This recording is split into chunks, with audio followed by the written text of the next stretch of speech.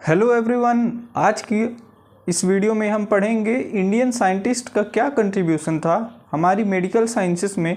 तो ख़ास तौर पर आज हम देखेंगे चरक और सुश्रुत के बारे में कि ये कौन थे, इन्होंने क्या किया हमारी मेडिकल साइंसेस के लिए, ये कहाँ से आए थे और ये इनका क्या काम था हमारी सोसाइटी में, हमारी मेडिकल साइंसेस में इन्होंने क्या काम किया। तो ये वीडियो बहुत इम्पॉर्टेंट है क्योंकि आपने देखा होगा कि बहुत सारे वेस्टर्न कंट्रीज़ जो है वो अपनी मॉडर्न मेडिकल साइंसेस के बारे में आपको तरह तरह की चीज़ें बताते रहते हैं, लेकिन कभी आप सोचे होंगे कि हमारा जो आयुर्वेद है उसमें क्या कंट्रीब्यूशन था, वहाँ पे हमारे किस प्रकार के साइंटिस्ट थे। तो इस वीडियो में हम देखेंगे।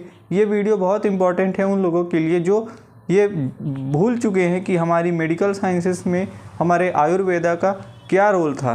तो आइए शुरुआत करते हैं। तो हमारा टॉपिक है contribution of Indian scientist Charak and Sushruta. तो golden age of Indian medicine 800 BC यानी before Christ era to 1000 CE यानी क्राइस्ट एरा। तो ये जो लाइन है ये हमें बता रही कि हमारी मेडिकल साइंसेस का जो गोल्डन एरा था, जो एक तरह से स्वर्ण काल था, जिसमें हमारे बहुत सारे साइंटिस्टों ने हमारे लिए, हमारी सोसाइटी के लिए बहुत ज़्यादा काम किया। तो ये कौन सा टाइम पीरियड था? ये 800 क्राइस्ट एरा के पहले यानी कि ईसा पूर्व, यानी 800 ईसा पूर्व, 800 वर्ष ईसा पूर्व, और टू 1000 CE यानी क्राइस्ट एरा यानी ईसा पूर्व के बाद। यानी यदि हम इसको जीरो मान लें, यदि क्राइस्ट एरा को यदि हम जीरो मान लें तो उसके 800 साल पहले जो है से लेकर और 1000 साल तक, यानी कि लगभग 1800 वर्ष ये जो बीच के थे, इस एरा को हम एक तरह से कह सकते हैं कि ये हमारे साइंस के हिसाब से ये हमारी गोल्डन एरा थी इंडिया के लिए। चरक संहिता एंड सुश्रुत संहिता, ये जो दोनों मेडिकल बुक्स हैं, एक तरह से कह सकते हैं कि ये बहुत ज़्यादा, एक तरह से जिन्हें हम हिंदी में संहिता बोलते हैं, संहिता बोलते हैं, तो ये क्या है कि इसी पीरियड में डेवलप हुई। और इसको डेवलप कौन किए? चरक और सुश्रुत, ये इनका साइंटिफिक नेम है। ये एक्चुअली ये इनका नाम है साइंटिस्ट का, और इन्हीं के नाम से इनकी जो बुक्स हैं वो हैं Charak, Sushruta and Vagbhata the trinity of Ayurvedic knowledge. यानी कि चरक, सुश्रुत एंड वाग्भट, इनको क्या बोलते हैं? द ट्रिनिटी, यानी कि त्रिदेव, यानी कि त्रिमूर्ति। एक तरह से ये सोच लिए कि ये त्रिमूर्ति हैं हमारी आयुर्वेदिक नॉलेज के लिए, ये त्रिमूर्ति हैं एक तरह से। Too many scientist were famous in ancient India such as Aryabhata, Brahmagupta, Charaka, Sushruta, Varahamihira, Kanada, Nagarjuna, Panini, Patanjali and Pingala. यानी कि बहुत सारे साइंटिस्ट जो हैं हमारी इंडियन हिस्ट्री में, बहुत सारे साइंटिस्टों ने हमारा जन्म लिया और बहुत ज़्यादा कंट्रीब्यूट किया। जैसे कि आर्यभट्ट जिन्होंने जीरो की डिस्कवरी की, जीरो की खोज की, ब्रह्मगुप्त जिन्होंने हमारे सोलर सिस्टम के बारे में, प्लानिटरी पोजीशंस के बारे में बताया कि प्लैनेट्स की पोजीशन कहाँ पे होती है। मैथमेटिशियन के साथ साथ ये एक एस्ट्रोनॉमी के जानकार भी थे, एस्ट्रोलॉजर भी, एक तरह से इनको बहुत ज़्यादा एस्ट्रोलॉजी का नॉलेज था। इसके बाद चरक और सुश्रुत के बारे में तो हम देखेंगे कि इनका क्या कंट्रीब्यूशन था। उसके बाद वराहमिहिर और कणाद, जिन्होंने, कणाद जो ऋषि थे, इन्होंने अणु की खोज की, यानी कि एटम की डिस्कवरी के लिए जाने जाते हैं। नागार्जुन और पाणिनि, पतंजलि एंड पिंगला, ये सब भी साइंटिस्ट जो है बहुत ज़्यादा इम्पोर्टेंट थे, जिन्होंने अलग अलग फील्ड में हमारे हिस्ट्री में, हमारी साइंस में जो है इनका बहुत ज़्यादा इम्पोर्टेंट रोल है। Our sage were scientists. Religion and science were not different from each other. Science was mostly developed during the ancient period of India. इसका क्या मतलब है कि हमारे जो ऋषि मुनि थे वो खुद में ही एक तरह से साइंटिस्ट थे। उनकी जो रहने की शैली है, जीवन शैली है, लाइफस्टाइल है, उनका जो खाने का तरीका, उनके बोलने का, उनके चलने का, उनके सोचने का तरीका, हर चीज़ में साइंस था। यानी कि वो जो धर्म का पालन करते थे, सनातन धर्म का पालन करते थे, उसमें भी जो है तो कहीं ना कहीं साइंस का एक रोल था। उनकी जीवन जो है, जीवन की क्रियाकलाप जो है, एक्टिविटीज़ जो है, वो साइंस से रिलेटेड थी और science was mostly developed during the ancient period of India. और साइंस में, विज्ञान में जो बहुत ज़्यादा आविष्कार हुए, डिस्कवरी हुई, वो ज़्यादातर हमारे एंशियंट पीरियड में ही हुए, यानी हमारे इतिहास में ही हमारी बहुत ज़्यादा साइंटिफिक डिस्कवरी हुई। तो आइए हम देखते हैं कि चरक और सुश्रुत के बारे में, कि इनके बारे में क्या बताया है बुक्स में और ये कैसे थे, क्या कंट्रीब्यूट किया। अब देखते हैं कि चरक जो साइंटिस्ट थे हमारे, उन्होंने क्या हमारी मेडिकल साइंस में योगदान दिया, उनका क्या काम रहा और वो कैसे हमारी साइंस को डेवलप करने में इम्पोर्टेंट रोल प्ले किए। तो देखते हैं कि great says in ancient India, यानी प्राचीन भारत में जो है ये ग्रेट सेज थे, महान ऋषि थे, एक तरह से महान ऋषि मुनि थे, जिन्होंने हमारी साइंस को डेवलप करने में बहुत अच्छा योगदान दिया। फादर ऑफ आयुर्वेदा, यानी कि ये आयुर्वेदा के पिता कहा जाता है, कहे जाते हैं, ये आयुर्वेदा का पिता इन्हें बोला जाता है। अ system of medicine and lifestyle developed in ancient India. Ayurveda क्या है? एक ऐसा सिस्टम है, लाइफस्टाइल और मेडिसिन का एक ऐसा कॉम्बिनेशन है जिसके माध्यम से हमारी लाइफ बहुत अच्छी हो जाती है, हमें बीमारियां नहीं होती हैं। मॉडर्न मेडिसिन तो क्या है कि सिर्फ मेडिसिन है। मॉडर्न जो मेडिकल साइंस है क्या है कि ज़्यादातर वो फोकस करती है कि हमें सिर्फ दवाइयाँ देने में, लेकिन जो आयुर्वेदा है ये लाइफस्टाइल को भी देखता है कि हमारी रहन सहन कैसा है और लाइफस्टाइल के थ्रू भी हमें क्योर करने की कोशिश करता है। तो ये क्या है? आयुर्वेदा का इन्हें पिता बोला जाता है, यानी फादर ऑफ आयुर्वेदा बोला जाता है। Native of Kashmir lived between 1000 BCE, यानी before Christ era, to 150 Christ era, यानी कि लगभग 100 ईसा पूर्व से लेकर और 150 ईसा पूर्व के बाद, है ना, यानी कि इसके बीच में जो है इनका जन्म है।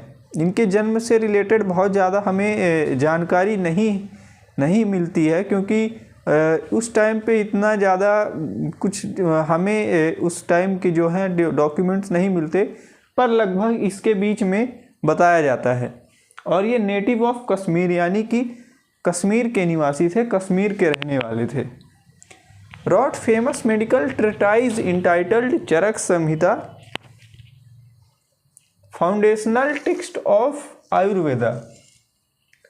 इन्होंने क्या लिखा? चरक संहिता जो है इनके द्वारा लिखी गई, जो कि एक फाउंडेशनल टेक्स्ट ऑफ आयुर्वेदा, यानी आयुर्वेदा का एक मूल, एक तरह से कह सकते हैं कि फाउंडेशन जो है आयुर्वेदा का, आयुर्वेदा की जो नींव है, किस बुक ने रखी? तो एक तरह से कह सकते हैं कि इनके द्वारा लिखी गई चरक संहिता ने आयुर्वेदा की नींव रखी। अग्निवेश संहिता, पुनर्वसु आत्रेय नाम के ऋषि थे, जिनके गाइडेंस में इन्होंने क्या लिखा? अग्निवेश संहिता, रिवाइज्ड बाय चरक, रिनेम्ड एज चरक संहिता। पुनर्वासु आत्रेय नाम के ऋषि थे, इनके साथ इन्होंने इनके आत्रेय जी के गाइडेंस में इन्होंने, चरक जी ने अग्निवेश संहिता लिखी और उसी अग्निवेश संहिता का नाम बदलकर, उसमें कुछ चीज़ें बदल करके इन्होंने क्या नाम दे दिया? उसे चरक संहिता नाम दे दिया। And translated into many foreign languages including Arabic and Latin. और उसके बाद जो चरक संहिता है उसको बहुत सारी भाषाओं में ट्रांसलेट किया गया, जैसे कि अरेबिक भाषा भी है और लैटिन भाषा भी है, और बहुत सारी ऐसी विदेशी भाषाओं में इसको ट्रांसलेट किया गया। ये क्या कहते थे कि prevention is better than cure, यानी कि जो चरक थे, हमारे ऋषि थे, उनका कहना था कि prevention is better than cure, यानी कि प्रिवेंट करिए, आप बीमारी होने से पहले आप बचिए, बीमार होने से आप बचिए। आप यदि पहले ही बीमार नहीं पड़ेंगे तो आपको क्योर करने की ज़रूरत ही नहीं रहेगी, यानी आप कुछ ऐसा कार्य करिए कि जिससे आप बीमार ही ना पड़ें। इसलिए इनका मानना था कि prevention is better than cure. इसके बाद physician should first study all the factors, environment, which influence a patient's disease then prescribe treatment. इनका मानना था कि सबसे पहले तो एक फिजिशियन को, एक जो कह सकते हैं कि वैद्य को या एक डॉक्टर को क्या है कि सारे फैक्टर्स को स्टडी करना चाहिए कि किस वजह से जो है बीमारी हुई है, क्या कारण थे, क्या उसके आसपास का वातावरण था, किन चीज़ों की वजह से जो है तो बीमारी डेवलप हुई, डिसीज़ हुई। उसके बाद देन प्रिस्क्राइब ट्रीटमेंट, यानी उसके बाद जो है तो आप ट्रीटमेंट दीजिए। ऐसा नहीं कि आप बिना किसी वजह के जाने और बिना किसी कारण को समझे आपने किसी को दवाई दे दी, ऐसा नहीं। इनका मानना था कि आप पहले सारी चीज़ों को समझिए कि क्या वजह थी, इस पेशेंट को क्या बीमारी हुई, क्यों हुई, सारे कारणों को जानिए, उसके बाद ही आप प्रिस्क्राइब कीजिए। Most diseases can be avoided if we practice and maintain good lifestyle. इनका मानना था कि ज़्यादातर जो बीमारियां हैं उनको हम अवॉइड कर सकते हैं, उनसे हम बच सकते हैं, हाँ बचा जा सकता है यदि हम मेंटेन करें एक अच्छी लाइफस्टाइल। और एक क्या है कि हम practice and maintain good lifestyle, यदि हम अच्छी लाइफस्टाइल जीते हैं, टाइम पर उठते हैं, टाइम पर भोजन करते हैं, सारी चीज़ें यदि हम टाइम पर करते हैं तो हमें जो है तो ज़्यादातर जो बीमारी हमें होने के चांसेस रहते हैं बहुत कम हो जाएंगे। इनका मानना था कि सबसे पहले तो prevention is better than cure, और उसके बाद कहते हैं कि आप ऐसी लाइफस्टाइल रखिए कि आप बीमार होने के चांसेस आपको कम से कम रहें। इसके बाद कुछ और पॉइंट्स देखते हैं इनके बारे में। First to present the concept of digestion, metabolism and immunity.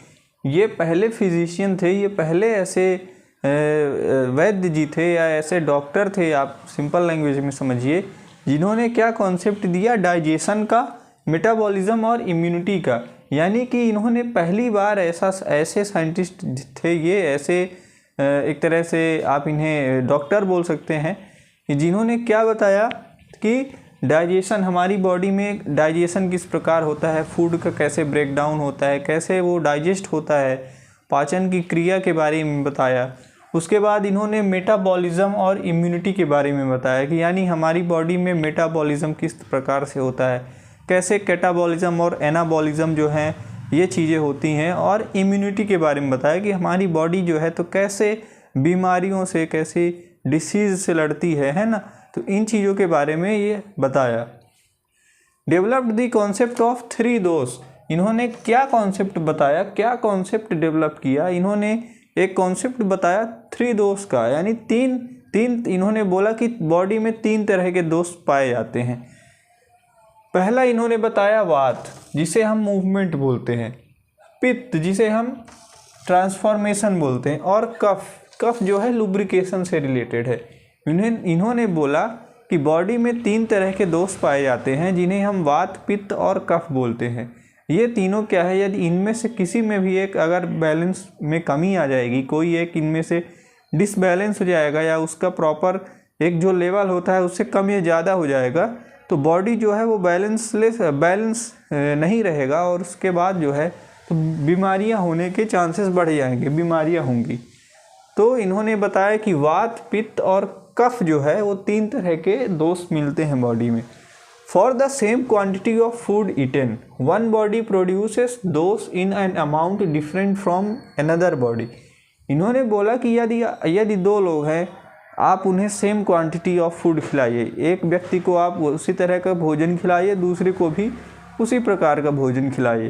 तो इन्होंने बोला कि दोनों की बॉडी में जो है तो वात, पित्त और कफ का जो है लेवल अलग अलग रहेगा। इनका कहना था कि अगर आप सेम क्वांटिटी या सेम तरह का, एक ही तरह का किसी को भोजन खिलाएंगे, फिर भी अलग अलग लोगों में अलग अलग लेवल का, यानी अलग अलग अमाउंट का जो है तो वात, पित्त और कफ जो है वो डेवलप होगा। इसी वजह से इन्होंने बोला कि हर किसी की बॉडी इसीलिए अलग अलग रहती है। किसी के पास वात की कमी, किसी का वात बढ़ गया, किसी में पित्त की समस्या है, किसी में कफ की समस्या है। इसलिए इन्होंने बोला कि illness is caused when the balance among the 3 दोष in an human body is disturbed. इन्होंने बोला कि यार मनुष्य का जो शरीर है वो बीमार किस लिए होता है, क्योंकि यदि इन तीनों दोष में से किसी एक में भी यदि गड़बड़ी हो गई, किसी एक केक का डिसबैलेंस हो जाएगा यदि कोई एक इन तीनों में से, तो क्या होगा, बीमारी हो जाएगी। Illness is caused. इन्होंने क्या डेवलप किया, इन्होंने developed a system of diagnostics and treatment that aimed to restore the balance of the body and the onset of disease. इन्होंने एक ऐसा डायग्नोस्टिक्स का एक ऐसा और ट्रीटमेंट का एक ऐसा सिस्टम डेवलप किया कि हमें पहले ही पता चल जाती थी। जैसे कि आजकल होता है कि आप पहले इस तरह की जांच कराइए, उस तरह की जांच कराइए, आप इतनी तरह की जांच कराइए, उसके बाद डॉक्टर उन जांच की रिपोर्ट जो आती है उसको देख करके आपको बता देते हैं कि इस तरह की आपको ये बीमारी है, वो बीमारी है। तो इन्होंने एक इसी तरह का एक उस ज़माने में आपसे आज से समझिए कि हज़ारों वर्ष पहले इन्होंने एक ऐसा जो सिस्टम है वो डेवलप किया, जिसका काम था कि बीमारी आने से पहले ही, यदि आपको बीमारी होने वाली है तो आपको पहले ही बता देंगे कि आपको ये लक्षण है, तो आपको ये बीमारी होने वाली है या हो सकती है। Health result of a balance between the body, the mind and spirit that the disease awkward when this balance was disrupted. इनका कहना था कि हेल्थ क्या है कि ये बॉडी, माइंड और स्पिरिट, हमारी शरीर, हमारा मन और हमारी आत्मा, इन तीनों के मेल से यदि ये तीनों के तालमेल अच्छे रहेंगे, ये तीनों का बैलेंस बना रहेगा, तो क्या होगा कि हेल्थ का रिजल्ट मिलेगा, यानी हमारी हेल्थ जो है वो अच्छी रहेगी। रिजल्ट इन तीनों का क्या मिलकर आएगा कि हमारा स्वास्थ्य अच्छा रहेगा। बट यदि इन तीनों में से यदि किसी का भी बैलेंस यदि डिस्टर्ब हुआ, यदि बैलेंस वाज डिस्टर्प्टेड, तो क्या होगा कि हमारी हेल्थ ठीक नहीं रहेगी और हमें प्रॉब्लम्स होगी, हम बीमार पड़ेंगे। इसके बाद कुछ और पॉइंट्स देख लेते हैं इनके बारे में। तो इन्होंने क्या किया, इन्होंने स्टडी किया, यहाँ पे 2 बार स्टडी हो गया तो इसको इग्नोर करिएगा। Studied anatomy of the human body and various organs. इन्होंने ह्यूमन बॉडी की एनाटमी जो है, उसकी आंतरिक संरचना कैसी है, इंटरनल ऑर्गन्स उसके कैसे हैं, उसके टिश्यूज़ कैसे हैं, उसके बहुत सारे ऑर्गन्स हैं, बॉडी पार्ट्स है, इन चीज़ों के बारे में उन्होंने एनाटमी जो है इनकी स्टडी की।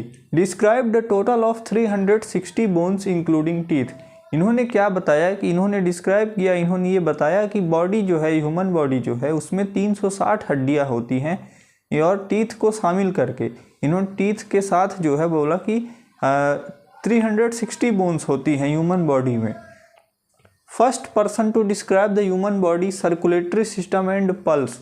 जो पल्स का कॉन्सेप्ट है और सर्कुलेटरी सिस्टम है कि हमारी बॉडी में किस तरह से ब्लड का फ्लो होता है, कैसे ब्लड जो है यहाँ से वहाँ पूरी बॉडी में हमारी फ्लो करता है, सर्कुलेटरी सिस्टम कैसा है हमारी बॉडी का, इसके बारे में इन्होंने डिस्क्राइब किया, इसके बारे में इन्होंने वर्णन किया, एक तरह से बताया। और ये पहले ऐसे व्यक्ति थे, first person to describe this, और ये पहले ऐसे व्यक्ति थे जिन्होंने पहली बार सर्कुलेटरी सिस्टम के कॉन्सेप्ट को बताया। इन्होंने बताया कि heart is controlling centre in the body. इन्होंने बताया कि जो हार्ट है हमारा, जो हृदय है, जिसके हम हिंदी में हृदय बोलते हैं, ये कंट्रोलिंग सेंटर है, यानी कि पूरी बॉडी का जो है तो ये केंद्र है और ये पूरी बॉडी को यहीं जो है हार्ट जो है वो कंट्रोल करता है। Heart was connected to the entire body through 13 main channels. और इन्होंने बताया कि जो हार्ट है हमारा, जो हार्ट है वो 13 मेन चैनल्स, 13 मेन चैनल्स के थ्रू कनेक्टेड है। इन चैनल्स का क्या मतलब है?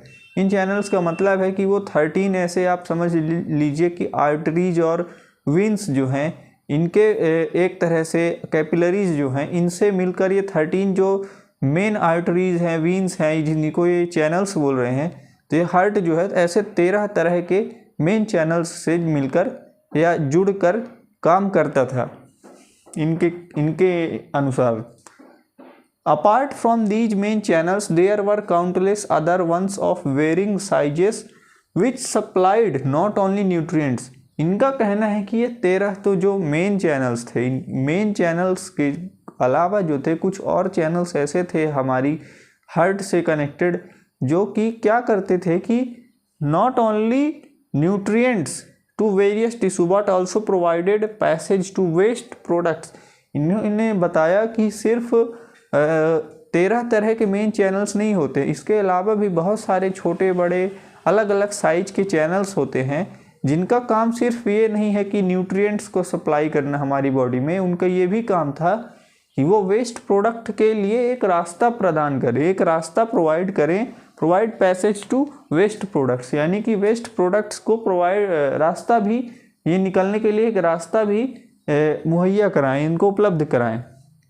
Any obstruction in the main channels led to a disease और डिफॉर्मिटी इन द बॉडी।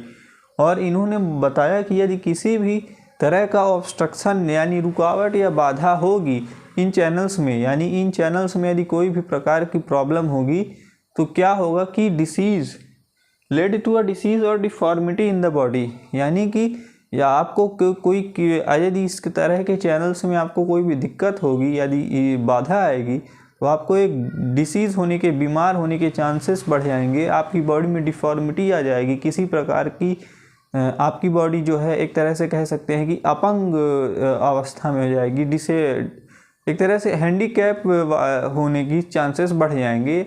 इसलिए इन्होंने इन चीज़ों के बारे में बताया। और आप सोच लीजिए कि ये पहले ऐसे साइंटिस्ट थे जिन्होंने हार्ट के बारे में बताया, जिन्होंने anatomy of human body study की, यानी कितने ज़्यादा ये एक इनके पास नॉलेज था और ये किस तरह से हमारी मेडिकल साइंसेस में, आयुर्वेदा में किस तरह का इन्होंने कंट्रीब्यूट किया।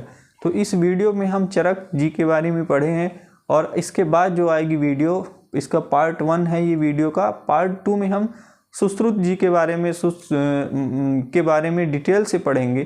तो इस वीडियो को यहीं तक रखते हैं। आई होप आपको ये इनके बारे में समझ में आया होगा। Thank you.